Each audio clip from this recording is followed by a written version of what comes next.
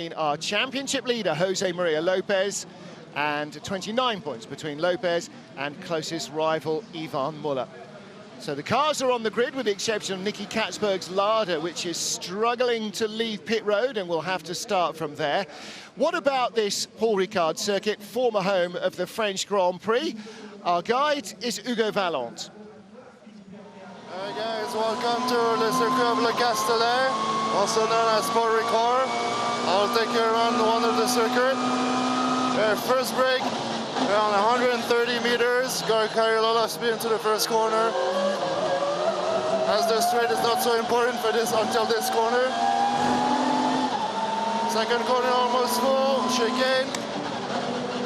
Carry a lot of speed as well, but I have to slow down the car a lot for the right turn. That is very important for the whole straight, especially because the straight is uphill.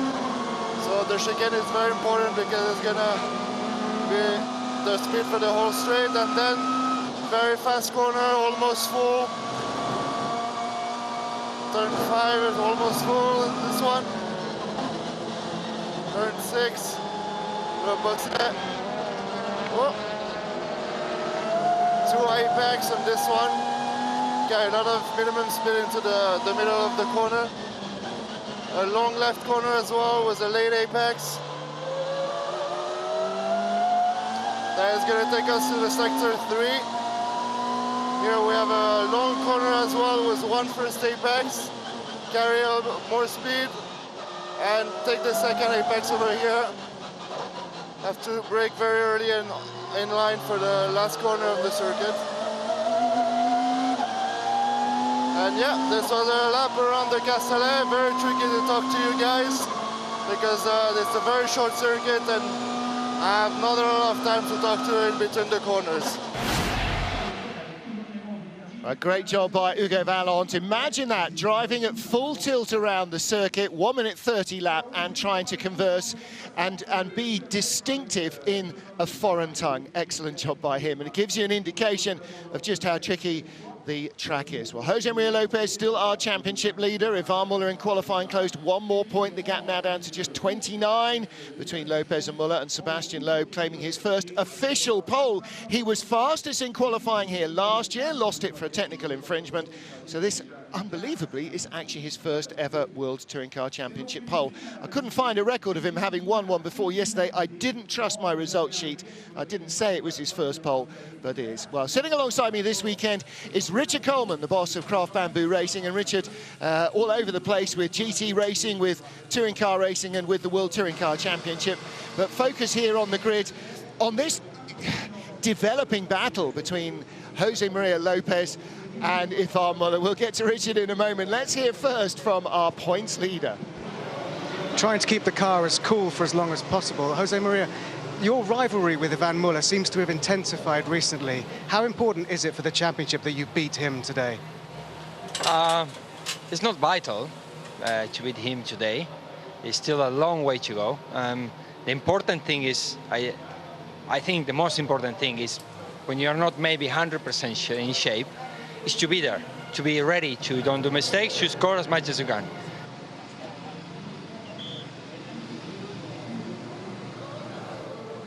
Well, whether he's 100% mentally or physically remains to be seen. He doesn't quite seem to have his swing. The timing isn't quite there. The imperious form that he showed last year in the beginning of this, just a little bit off kilter. And that's not been aided by the fact that Ivan Muller has really hit a purple patch. He's scoring points left, right and centre. The gap is coming down, but it's coming slowly. What's Ivan's view? Needless to say, the fans will be excited about the fight to that first corner. Ivan, is your battle between Sebastian or Pechito? There is a battle with Sebastian, Pechito and Ma, because we all have the same car, we all have the same potential on the start, and we all want to be first at the first corner, so it will be tight for all of us. Your strategy? Flat out. Love it.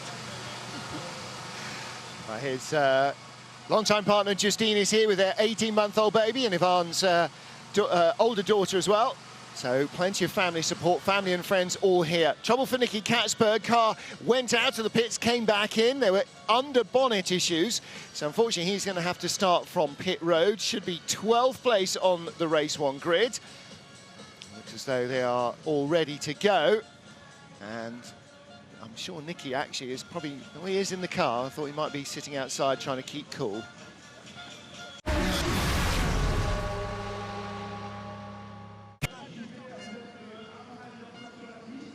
Circuit Paul Ricard, when it was the French Grand Prix track in the 70s and 80s, was a huge draw for French motorsport. It was then closed and redeveloped as a test track. There was no racing. Now racing and the crowds have been brought back, and there's a very big crowd on hand here today.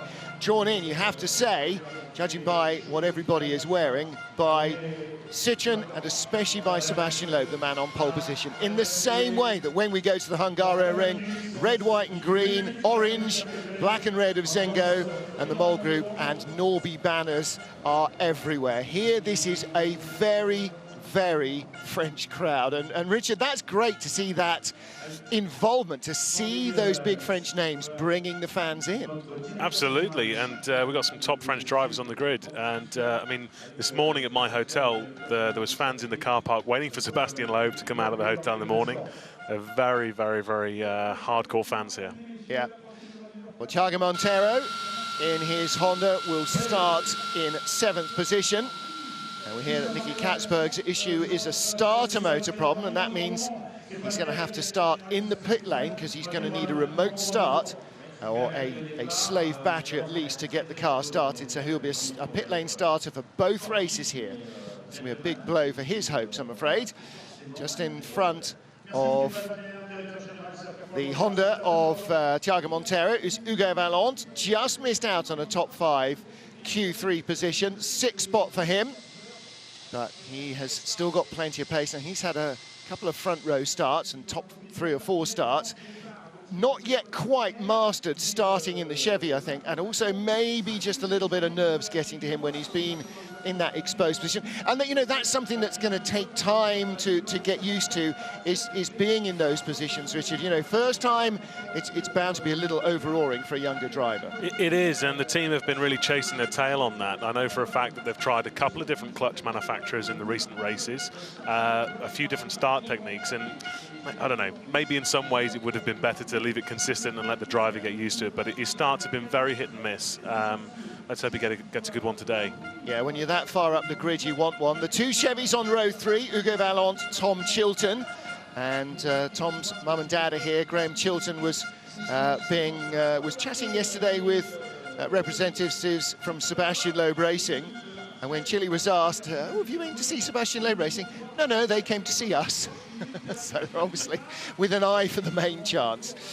Qinghua Ma starts 4th on the grid, one of the quickest drivers all the way through the free practice sessions. He seemed to have his ducks in a row fairly early on, where Sebastian Loeb and Ivan Muller and especially Pachito Lopez were missing something from the equation. They didn't have all the pieces of the jigsaw together. Now, Ma didn't quite find the pace that the rest of them did in qualifying. It's his first race here, though, Qinghua Ma. Didn't race here last year. Of course, the races last year were in the rain, so that probably didn't help much in terms of their setup. But he was certainly at the sharp end, and once we get into the race, your qualifying pace is not necessarily going to be reflected by your race pace, because that's often generated by who's around you.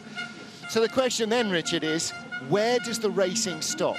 Turn 1, turn 2, finish line at the end of lap 1? Citroën will tell anyone who listen that they're free to race, but of course, when you're racing with your teammates, it is a different thing. We're in front of a home crowd here. There'll be directors from Paris, and you know, nobody wants to be the driver that's going to put 2 of them out the race. I think one of the reasons that that Jose Maria, Ivan, Sebastian were a little bit off Mar in practice was I think they're more focused on their race car here. The setup between qualifying and racing at this circuit is one of the biggest differences you'll see over the year. Circuit's very, very abrasive on tyre wear, and I think the top guys were more focused on their Sunday car, knowing the pace was going to be there on Saturday afternoon anyway. Well, pace on Saturday afternoon. Last week, Ivan Muller pulled out the lap of the gods. This week, it was Sebastian Loeb who left his teammates slightly slack-jawed as they watched the pace that he could produce And he has got a great opportunity as our DHL pole sitter to win race 1 here in France.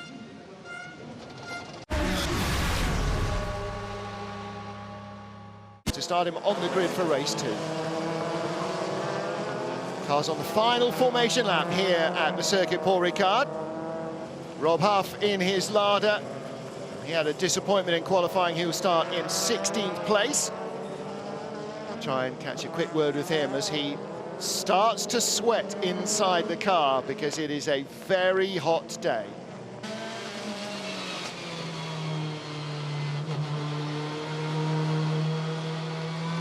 So warming everything up, making sure all the settings, anti-lag, start maps, throttle maps, everything in the right place. Difficult qualifying yesterday, had a broken rear hub, which meant that we're starting back at 16th, which is very out of place for the last 2 races. So very, very hot here, going to be seriously tough races today. Something around 70 degrees in the car by about midpoint of the race, so quite a lot of fatigue going on today, I'd imagine. So fingers crossed we'll get a good start, pick a few places up. Cheers, guys.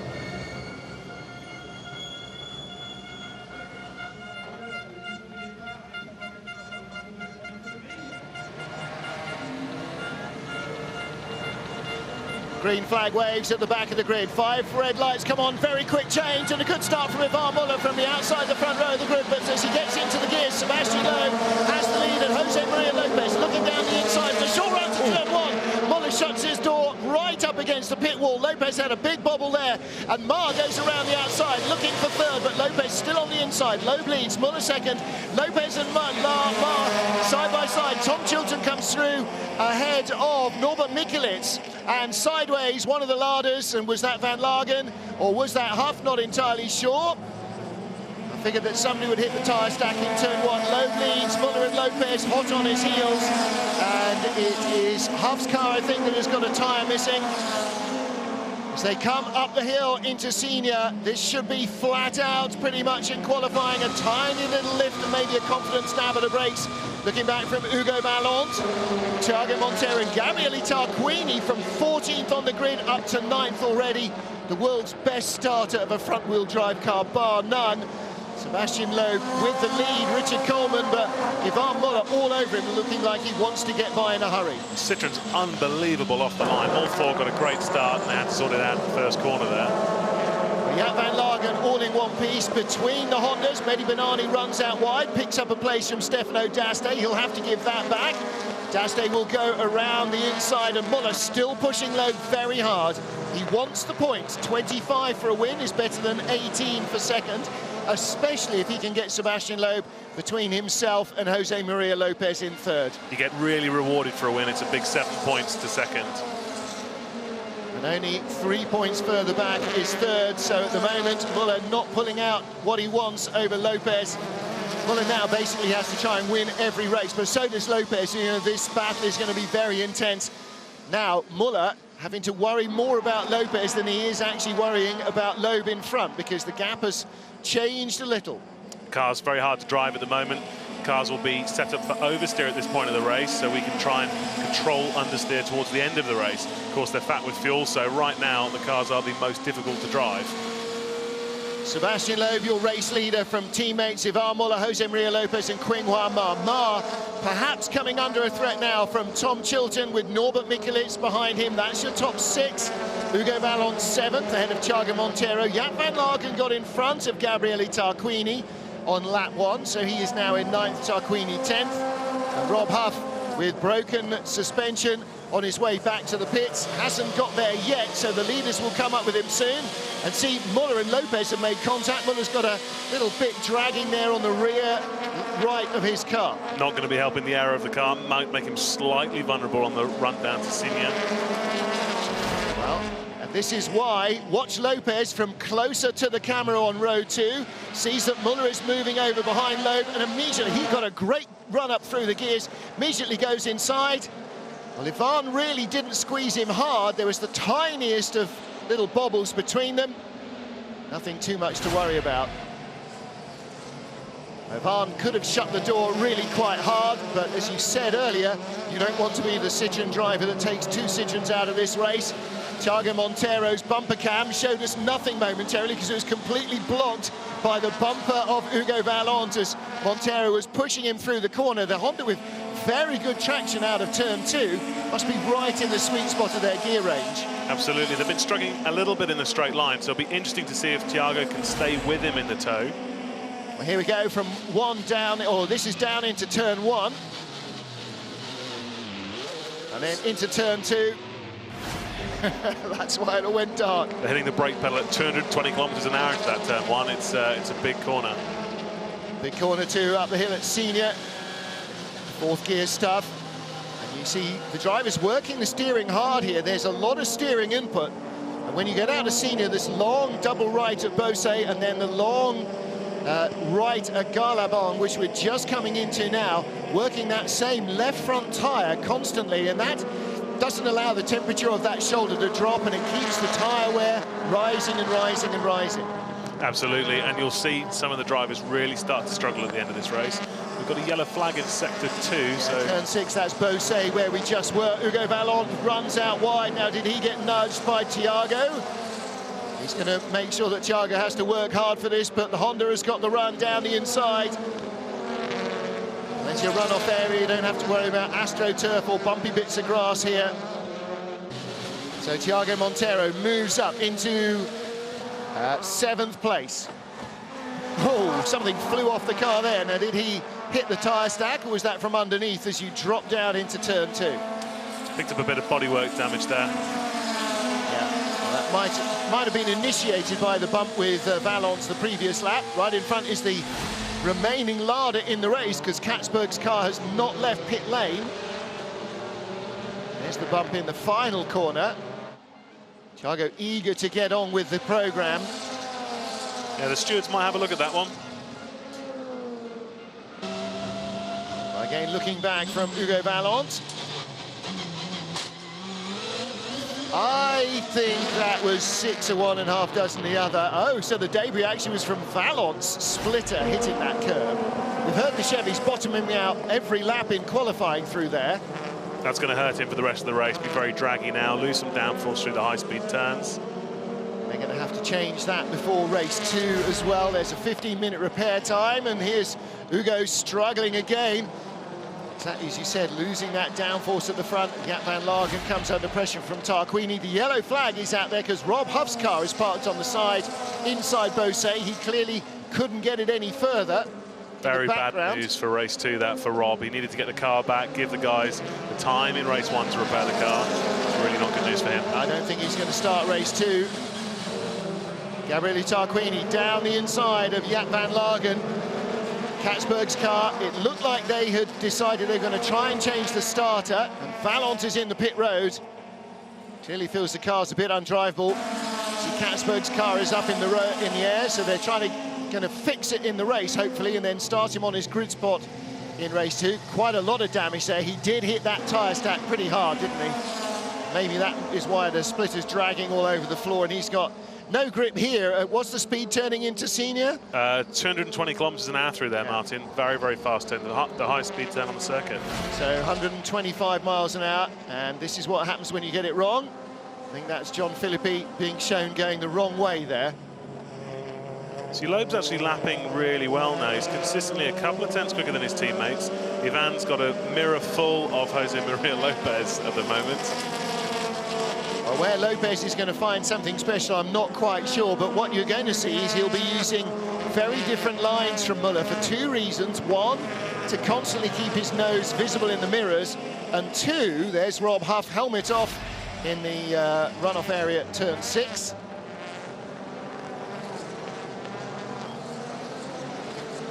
Rear suspension again there, Martin. That's exactly what put him out of qualifying. Well, it was the left front that was adrift, and I wondered what he'd hit. And it was so a steering arm or a wishbone has broken there, or a bearing on one, a rose joint, because there was side-to-side contact. Very unlikely to start race 2, I would say now. Yeah, I'm afraid if you can't get it back to the pits, it's all but done.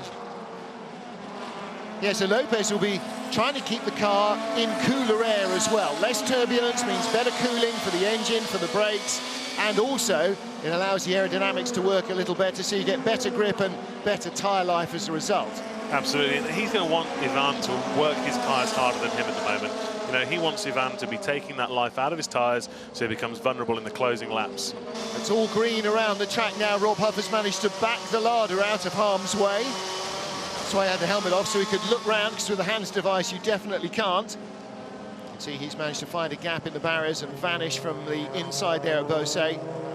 Yeah, we're not even at the halfway point, and Pachito is definitely taking a tighter line than Ivan in most of the corners where you really need to work the front tyres. So Ivan looking like he could be in trouble towards the end of this race. Stefano D'Aste was looking forward to a hot race today. No air conditioning in his helmet. You see all the Citroën drivers and a few of the others have got a cool air tube blowing in through the back. As Rob said, it's going to be 70 degrees probably inside the cars. He doesn't mean Fahrenheit either. He does mean centigrade, Celsius. It'll be very hot indeed. Stefano ran into damper problems last week. The dampers were blowing the seals and blowing all the oil out, and the thing therefore about as responsive as a bag of spanners.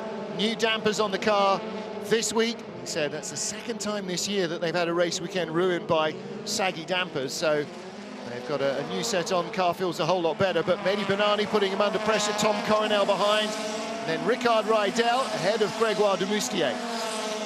Benani's got to be very careful. He's the pole sitter of a race 2. He doesn't want to be getting any big damage in this race, and Stefano D'Aste will know that. Jaap van Lagen will be alongside him. He will start second for race 2. Van Lagen at the moment in 9th place where he started the race. Sebastian Loeb in 1st place where he started. Pulling away, gap was 1.8 seconds at the line last time round. Muller and Lopez. This is really an arm wrestling contest between the two of them now for the remaining 12 races, isn't it? It is just the two of them will only have eyes for each other. Absolutely, and this is the time of the season where actually, when you say the season's long and other cliches like this, actually now people start to work out how many races are left, yeah, and what the points gaps are, and the psychology is starting to change. Ivan's been in form recently, but at the moment it looks like Jose Maria's got something over him. Yeah, he looks like he's just got a little bit more pace, and Pachito's car just wasn't working well in free practice. And he said he finally felt like he'd got a car that he could use in qualifying. Maybe he's just made another little change to try and tailor the car to today's conditions. It is hot. Qualified at 3 o'clock in the afternoon yesterday. Track temperature was way up in the 40s. It's probably pretty close to that now. It's been another clear blue day. Benani again trying to sell something to D'Aste down the inside. He's got the grip, he's got the traction in that Citroën. He goes through. D'Aste concerned there to get the door closed on Tom Coronel and Ricard Rydell so he didn't lose any more places. So Benani now up to 10th place behind Jaap van Lagen in 9th. That's where they started. D'Aste struggling now. I think his tyres are starting to go off, and he looks very vulnerable to Coronel now going up the hill. Yeah, so Benani, D'Aste was drifting out wide all the way there, wasn't he? Benani just went through the open door. He didn't have to lever it open. He's not in a position to. He really needs to start from pole. He's got to look after that car. He's got to get it home. See how he now scampers away from D'Aste very quickly. It shows that the Black Munich Motorsport Chevrolet is sort of dictating the pace of those behind. And on the tail of the queue, the man in the best position probably is Grégoire de Moustier. Muller and Lopez very close indeed again. Lopez just desperate for an opportunity to get his front wheels alongside. We're only at the halfway point as well, Martin. Second half of the race, it's going to get much more difficult for the drivers. The tyre wear's really starting to come in now. I think some of these guys are going to be just about holding on at the end of the race. It's a good old day so far for Sebastian Loeb fans. Loeb 3.38 away. The gap is growing by the lap. Last time round he was in the 31s. Everybody else in the 32s apart from Muller, who did a 33.2. That's why Pachito was close behind him. Well, they're taking a little breather for his tyres, maybe. Safe in the knowledge. You've only got to block a... Ooh. Made a mistake there. It does look like he made a mistake. That was the forerunner to where we saw Lopez trying to get his nose down the inside. Ivan ran out wide from Beausset into Bondour, the tight left-hander at turn 7. Was that contact induced in the first place? Was there a little bump between them? Hard to tell from that shot. You needed a few more frames before that one. Ivan struggled slightly throughout sector all weekend compared to his teammates as well. Well, it was that sector, as you pointed out in qualifying, sector 3 where they are now, where Sebastian Loeb just whipped them. There's something about what he has or what he and his car have in those changes of sectors, changes of direction. It's only 3 corners, but he just left them for dead. Absolutely. If you think about it, you know, Loeb was slower than Ivan and Pachito in sector 1, sector 2. Yep. All of his qualifying lap time came from that 3rd sector. At the moment, he's faster than them in all 3 sectors on every lap so far. Sebastian Loeb is romping away with this, and Ivan Muller is only just clinging on in front of Jose Maria Lopez. This is a tough battle for second.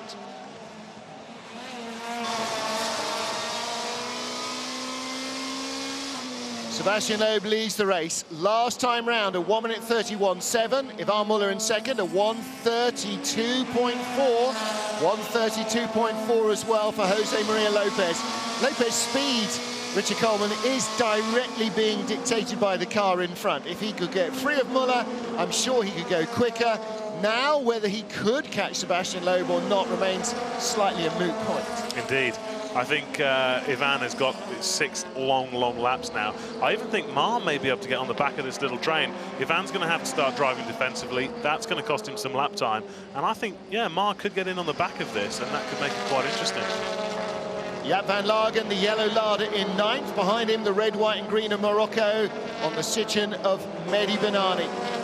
And the battle for the Yokohama Independent Trophy points. Tom Chilton in 5th leads that, ahead of Norbert Mikulits in 6th. And then it is Benani in 10th place, who will be 3rd in the Indy standings. His car, like Mars, run by Sebastian Loeb Racing. Oh, we're not supposed to mention that, are we? But openly Benani's car, but Mars' car is run by Sebastian Loeb's guys as well, in Total Citroen shirts.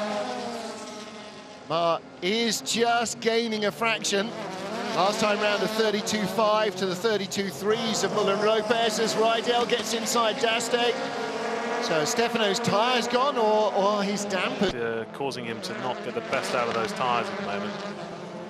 It's a good point, actually, because you can see with Grégoire de Moustier behind him, more of Greg's rear wing visible, which means the back of the car is higher up than the nose compared to Stefano's. There you sit really straight ahead. It looks almost from head-on like it's a different car, because there's a wing out the back of de Moustier's, and you can barely see Stefano's. And if we can barely see it, that means the wind can barely see it. So he's gone for low drag rather than for front-end grip because of the Mistral straight and because of Senior. Absolutely, and that's not helping him look after his front tyres. I think part of it could be that, you know, Stefano is much more of a rear-wheel drive car driver, and I think he perhaps can't live with some of the front-wheel sort of niche setups that some of the other drivers are enjoying now for their tyre wear.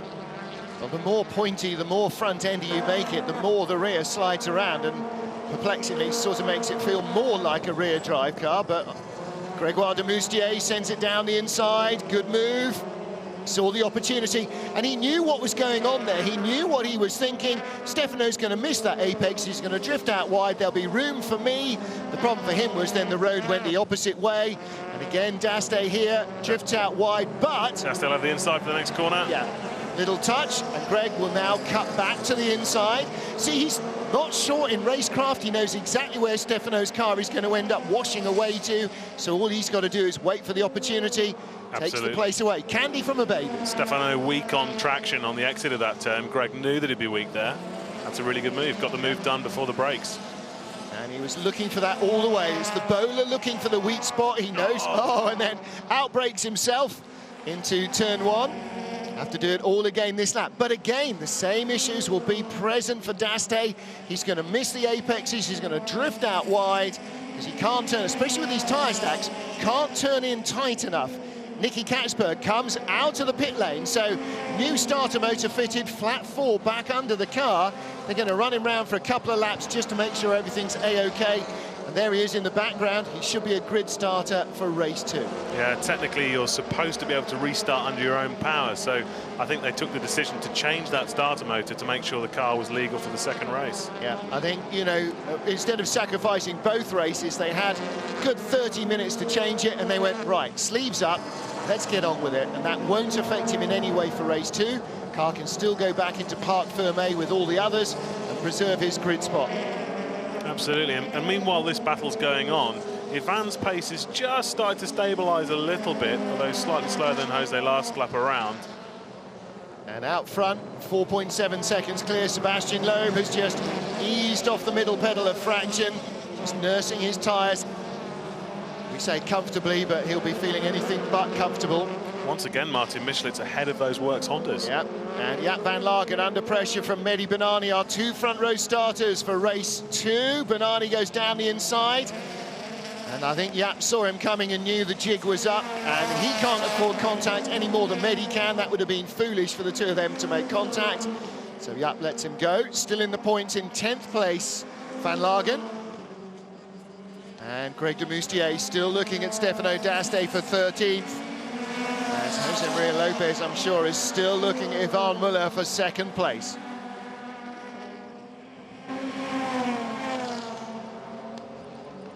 Lap 13 of 16 in Paul Ricard. Ricard Rydell, the blue Honda, going through the end of your shot there on the queue behind Van Lagen, Benani and Coronel.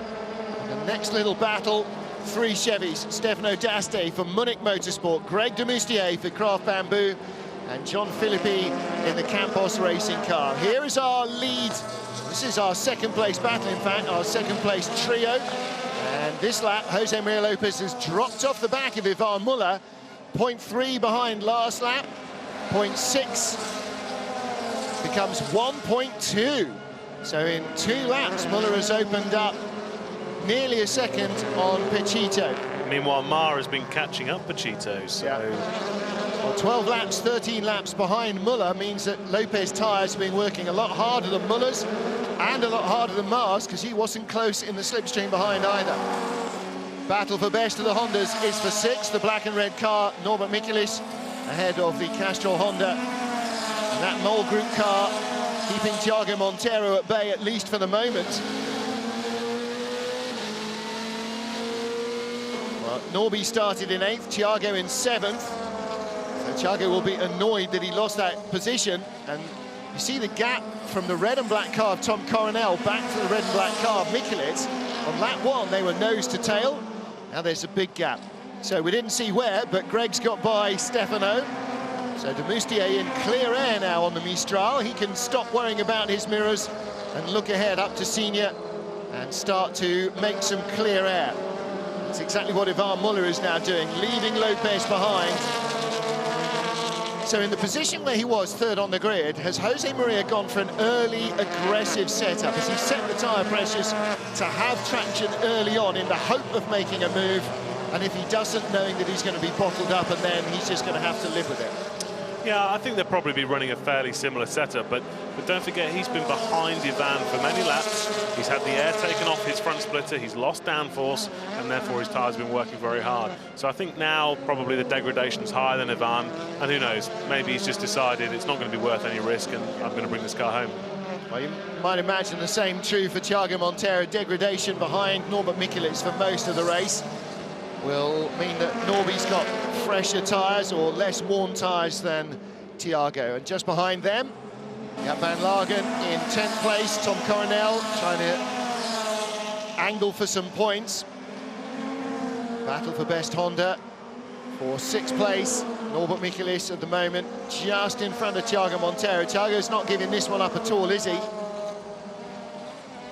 And really, Tarquini a little off the pace. Tarquini again was right behind Thiago on lap 1. They got separated by Jaap van Lagen. Gabrielli got by after 3 or 4 laps. Gabrielli seems a bit out of form at the moment. You know, Thiago's definitely been the quicker of the 2 teammates. And in recent weeks, Gabrielli being a bit frustrated in the press about the team, some of the lack of progress. He's frustrated that Citroën have now caught up on their starts. Yeah, not a lot for Gabrielli to smile about at the moment. And I think Thiago's in a much, much better place mentally. Okay, great start from Gabrielli to go 14th to 9th in the first corner. after that. Just got shuffled away a little. You're right, Thiago has habitually been the man who had all the bad luck in the team. If something wasn't going right, it wasn't going right on his car first. I don't know where he lost that bumper. So the rear bumper missing on the car. He did have a little bit of contact getting off the grid, but it looked very light. But I wonder if it weakened something. Certainly the bumper is gone, so somebody's got a souvenir somewhere. See, both the Hondas starting to move around quite a lot at the back now. Norby's car is habitually a little bit loose. Thiago's definitely starting to be as well. Yeah, and he's not going to want to be any trouble with any of his bosses for taking another Honda out of the race. So Thiago's going to have to be have a really good opportunity, or probably better not to take it on this last lap. Yeah. Final lap and 5.9 seconds. Sebastian Loeb is clear. Stefano D'Aste desperately trying to hang on in front of John Philippi for the last place in the finishing order, or penultimate, I suppose. Philippi, having seen exactly what Greg de Moustier was doing, looking to try and get by as well. Out into the final sector of the lap comes Sebastian Loeb. 2 corners remain for him. We've not spoken much about Sebastian this race because he's just been out front, but I mean, to pull 6 seconds over Ivan, so dominant. I mean, what a great race from Sebastian Loeb. Great race and victory in France for Sebastian Loeb. Pole to checkered flag, a dominant performance, made a good start, took the lead in turn 1 and never gave it away. Ivan Muller 5 seconds back, 6 seconds back at the flag. In second, Jose Maria Lopez in third, ahead of Qinghua Ma and Tom Chilton. In the battle of the Hondas, Norby in 6th, ahead of Thiago in 7th, Gabrielli in 8th. Mehdi Banani will be 9th, preserving the car nicely for race 2. And Jaap van Lagen with fellow Dutchman Tom Coronel and Ricard Rydell with a really good run across the line. Who gets the nod? Rydell does, 11th place ahead of Tom Coronel by 20 thousandths of a second. So the Honda Team Sweden fans and guests who are watching will be impressed with that run to the line. And Grégoire de Moustier, 13th ahead of Stefano D'Aste and John Philippi. So that completes our runners, with Hugo Vallon retiring from the race, Nicky Katzberg not starting it, and Rob Huff being sidelined on the first lap with steering breakage at turn 2. The good news is for Katzberg is that he got out there and he put in a very competitive time, so there's nothing wrong with the car. He should be fine for race 2. Yeah, so big celebrations coming up for Sebastian Loeb Racing and for Sitchin. The boss has won here in France.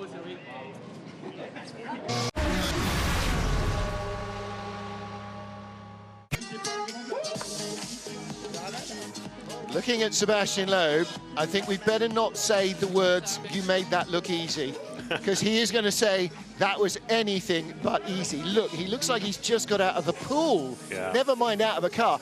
And you can absolutely be confident that his race suit is as drenched as he is, and his helmet, so it'll be a first thing for race 2 will be a complete, clean, fresh set of underwear and race suit. Well, you saw him going over to our Alex Legui. Lego, what's our winner got to say? Sebastian Loeb wins on home ground here at Paul Ricard. Sebastian, that was a brilliant race. You were dominant by 5 seconds over the line. Talk us through it. Tell us about the start. Yeah, in the start, Ivan put me a bit of pressure in some corner. I tried to close the door 1 or 2 times, and then I was able to take a little lead that let me drive like I want, and without closing the doors. And then I tried to push to go away a little bit. I think he was under the pressure of Lopez, so he couldn't go flat out. I could take a lead, and then it was more comfortable. Just drove like I know, and like in rally when I am alone, and it was okay. You're in your comfort zone, aren't you then? Once again, like I said before, I mean, needless to say, you look like, even though you're at the front, even though you're that far ahead, the pressure is still on, right? Yeah, you know, you have to stay concentrated, and if you see in the split the others are coming back and closing the gap, then the pressure is going up. And so I prefer to keep in my rhythm like I feel, try to save a little bit the tire too, but just driving like I can, and I think it was the right reason. Your home fans will be very, very pleased. Well done, Seb. Yeah, huge congratulations to Sebastian Loeb. And, you know, when he's in that zone where he knows that he doesn't have to worry about the mirrors and what anybody else is doing, The ability to produce the laps has never been in question. You know, this man has raced prototypes at Le Mans against the very best. He can drive racing cars, don't ever doubt that. Ivan Muller 6 seconds behind. Yes, he had Jose Maria Lopez behind him, but the best way of defending against somebody behind is to attack and go as hard as you can. Don't doubt that Ivan was doing exactly that. Fastest second sector of the entire race, by the way, on the last lap by Tom Chilton, trying to figure out where there is a shortcut in sector 2. Down the Mistral through Senior, there isn't, so showing great pace and clearly still had some tyre under that Chevy right towards the end. But it is a podium.